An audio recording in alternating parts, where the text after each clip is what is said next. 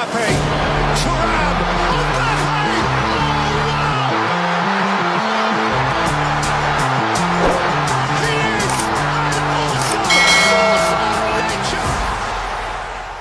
የሊዮኔል አንድሬስ ሜሲ ከችግር ጎዳና እስከ ዝና ክፍል 2 ሊዮኔል አንድሬስ ሜሲ የመጣባቸውን መንገዶች በተመለከተ በክፍል 1 ጥንቅራችን በርካታ አስገራሚ የተጫዋቹን የህይወት መንገድ ለማንሳት ሞክረናል። በዛሬው ጥንቅራችን ሁለተኛውንና የመጨረሻውን ክፍል ወደ እናንተ እናደርሳለን።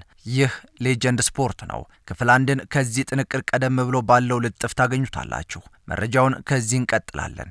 ገጹን ላይክ፣ ሼር፣ ሰብስክራይብ በማድረግ አዳዲስና ታሪካዊ ስፖርታዊ መረጃዎች ይድረሷቸው። Mbappe, Thuram,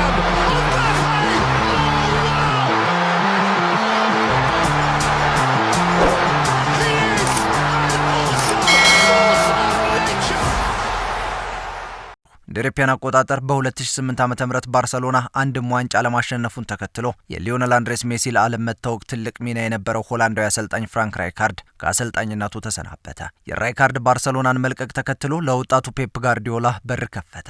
አዲሱ የቲኪታካ ዘመንም ተጀመረ። ሞዴሉ ጋርዲዮላ ከመምጣቱ በፊት የባርሰሎና ፍልስፍና የልብ ምት ነበር። የኳስ ቁጥጥርና አጭር ቅብብልን ከታዳጊዎቹ ጀምሮ እስከ ዋናው ቡድን ድረስ የአጫወት መንገዶች ናቸው። ፔፕ ከመጣ በኋላ የካታላኑ ክለብ በዓለም እግር ኳስ ተከታዮች ልብ ውስጥ ገባ። ባርሰሎናና ትንሹ አርጀንቲናዊ ቀስ በቀስ የታላቅነት ማማ ላይ ተቀመጡ። የ2008-2009 ከምን ጊዜ ምርጥ ቡድኖች የመጀመሪያውን ረድፍ ላይ የሚቀመጥ ቡድንም ሆነ።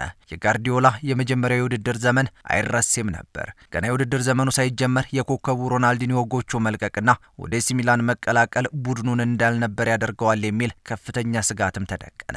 ነገር ግን ሊዮኔል አንድሬስ ሜሲ የዓለም ታላቅ ተጫዋች ሆኖ በዛ ቤት ብቅ አለ። የሜሲ የጨዋታ ቦታ ለውጥ መደረግ ትንሹ አርጀንቲናዊ ከባለ ተሰጥኦ ከዋክብት አንዱ የነበረ ቢሆንም የተደረገለት የቦታ ለውጥ ደግሞ ከፍ ያለ ነጻነትን እንዲያገኝ አድርጎታል ተብሎም ይታመናል። Mbappe, Thuram,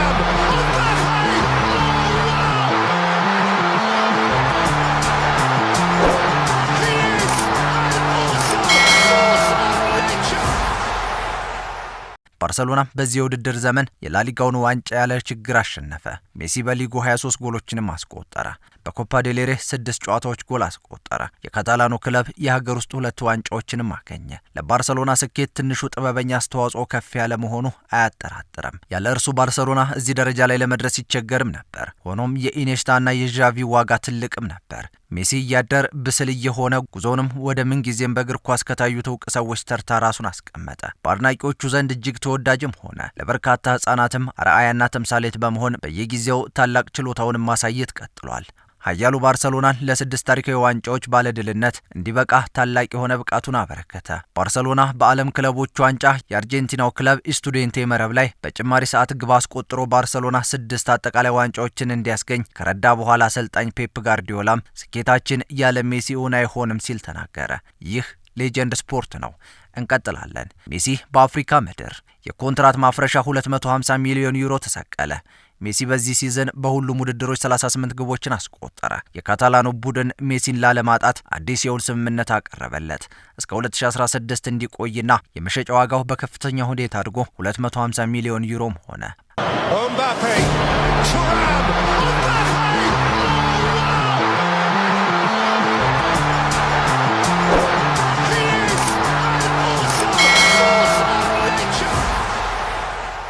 አፍሪካ በታሪኩ የመጀመሪያውን የዓለም ዋንጫ መስተንግዶ አጧጥፋለች። አርጀንቲና በሊዮኔል አንድሬስ ሜሲ ፊት አውራሪነት በታሪካዊ ጀግናቸው ዲያጎ አርማንዶ ማራዶና አሰልጣኝነት ወደ ደቡብ አፍሪካ ቀናች። የዓለም ዋንጫው እየተካሄደ አርጀንቲና ወጥ ባልሆነ አቋሟ ሩብ ፍጻሜውን ተቀላቀለች። ግን ታሪክ ራሱን ደግሞ ከጀርመን ጋር በሩብ ፍጻሜ ተገናኘች። ጀርመኖች 4 የግብ ዶፍ አዝንበው አርጀንቲናን 4-0 በሆነ ውጤት በማሸነፍ ከውድድሩ አሰናበቷት። የሜሲና የአርጀንቲና ጉዟቸው በዚህ ከተመ። እነዛ ጥቂት ስህተት ፈላጊ ተቾች የዓለም ዋንጫ ጉዞን ተመልክተው የትችት ናዳን ሜሲ ላይ አወረዱበት።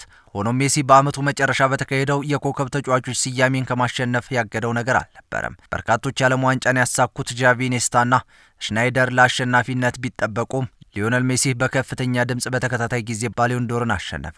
በ2011 ዓ.ም ለባርሰሎናና ለሜሲ የተሳካ ዓመት ነበረ። ባርሰሎና ከኮፓ ዴል ሬ ውጪ ጠቅላላ ዋንጫዎችን የሰበሰበበት ወርቃማ ዓመትም ነበር። በዚህ ዓመት ባርሰሎና በአውሮፓ ቻምፒየንስ ሊግ ግማሽ ፍጻሜ ጨዋታ ከምንጊዜም ተቀናቃኙ ሪያል ማድሪድ ጋር የተገናኘበትም ነበር።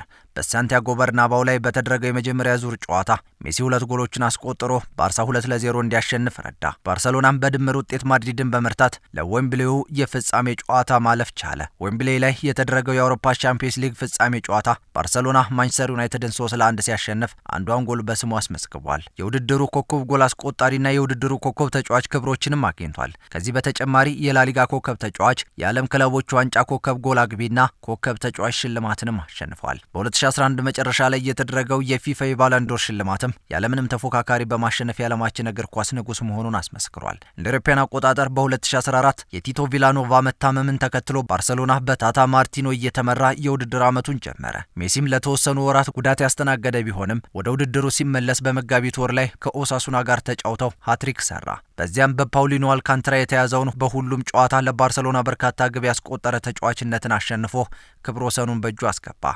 Mbappe, Thuram,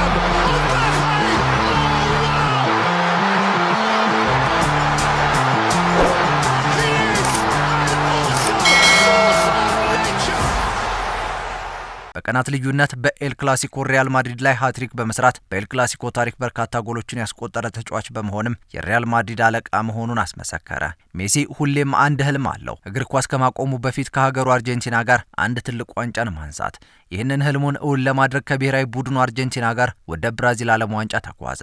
ሊዮኔል ሜሲ እነ ኢራን፣ ቦስኒያና ናይጄሪያ ላይ ባስቆጠራቸው ጎሎች ሀገሩ አርጀንቲና ኮርታ ከምድቡ ወደ ጥሎ ማለፍ እንድትሻገር አደረጋት። አርጀንቲና በጥሎ ማለፍ ስዊዘርላንድን በአንሄል ዲ ማሪያ ጎል 1 ግብ ብቻ አሸንፋ ማለፈች። በግማሽ ፍጻሜው በጀርመን ተሸነፈች። ከዓለም ዋንጫ መልስ ባርሰሎና በሉዊስ ኤንሪኬ እየተመራ ሜሲን ከኔይማርና ሱዋሬዝ ጋር በማጣመር አስደናቂ የውድድር ዓመትን ማሳለፍ ቻለ። ሜሲ ሁሉንም ክብር አገኘ። ሊዮኔል ሜሲ እስከ 2019 ድረስ በባርሰሎና ማግኘት ያለበትን ሁሉንም ክብር አግኝቷል። አክንትፍ እስከሚል ድረስም የላሊጋን ዋንጫን አግኝቷል። በክብረ ወሰን ደረጃ ባለንዶርን አሸንፏል። ለ2 አስርተ ዓመታት ለተጠጋ ጊዜ የኖረበትን ቤት ሊለቅ ግድ ሆነ።